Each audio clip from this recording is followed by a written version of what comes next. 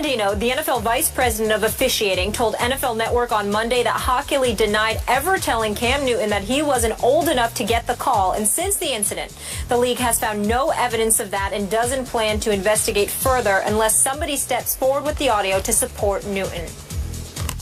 Whatever play is being held, I should never have to question my safety. You know what I'm saying? That's the big thing you have to get from it, you know, where I'm out there and I do not believe in that another person has my best interest. So I can get hit all day, and if the flag is not called, then, you know, shame on whoever. But, you know, I just wanted to just bring that to, you know, everybody's attention. He's basically saying that he didn't say what you said he said, which is implying you might have made that up. Do you stand by what you said? Well, did you expect him to say anything else? Okay, thank you. Thank you. I don't know what to believe anymore. I need your help here. Do you like the way, Stephen A., he's handling this whole situation? I absolutely, positively love it. Okay. It doesn't bother me in the slightest, and here's why. I'm telling you that when I looked at Ed Hockley and I saw what he said, I didn't see what Cam Newton alluded to. I didn't see Ed Hockley, and I'm no expert on lip reading. Yeah. But I didn't see anything that Ed Hockley said about you being too young to make that call. I did see the words that I thought running, which alluded to what Ed Hockley said that he said. Yeah. But again, they were talking for a little bit longer than that one sentence.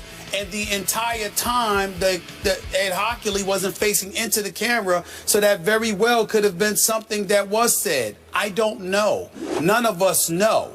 But if you are Cam Newton and you believe that that's what that man said to you, you should not backtrack one bit.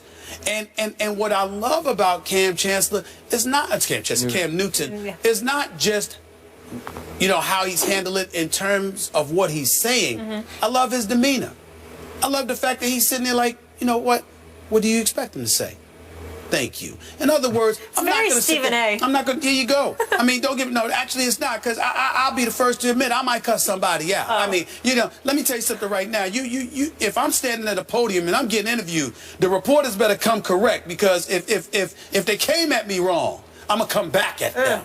If I choose to, when I get in the mood. You wouldn't cuss them out. I would. No, on microphone, like in front of them? I wouldn't cuss, like use profanity. This is Mickey. It's a happy place. It would feel like I was cussing them out by the time I got through. My points would be made clear. I would have said something like, "Did I stutter?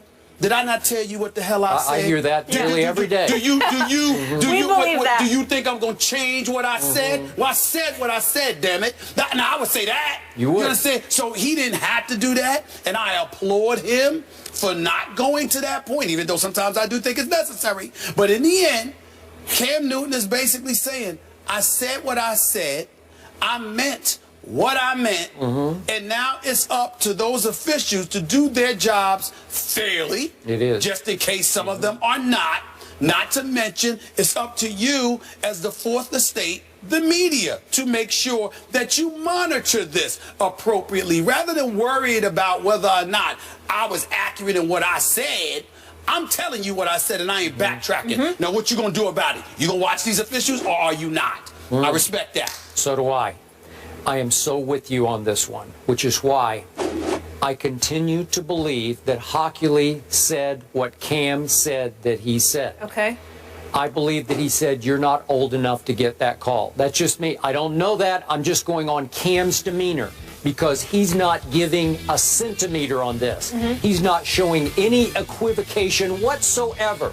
There are times on this show when you might think, well, maybe you got me a little bit on this, and you might show just a little bit of weakness, just a touch of weakness, like, man, maybe you have a point. There's zero weakness shown here.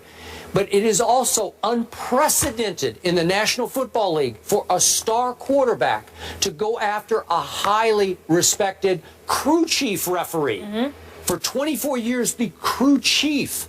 Ed Hockley, something of a cult hero, appeared on the cover of Sports Illustrated in part because of his massive biceps that he shows off during games. But he's become as popular a referee as we have, as well known a referee. And Cam is not backing off this man because he believed he was wronged by this non-call. And if in fact this is what happened, he was so wronged. And I loved what Cam said.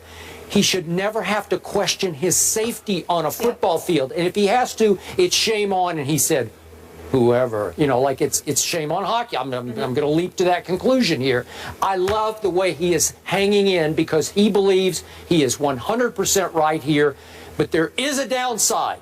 The risk here is that the other referees who know or like Ed Hockley are going to say, boy, Cam, you are breaking the rules here. The unwritten rules of football, that what is said on this field stays on this field. So he might not get some other calls in the future. So instead of player-on-player retaliation that we were alluding to when it came to baseball, now we're worried about official retaliation against and the player. Retaliation would come on non-calls. It wouldn't be on calls. It would be on, I'm going to keep my flag in my pocket. But the flip side to that is twofold. Number one, Cam Newton is far more than bright enough to know this, which means that his resolute position in this matter is to be even more admirable. Because there's no upside to this.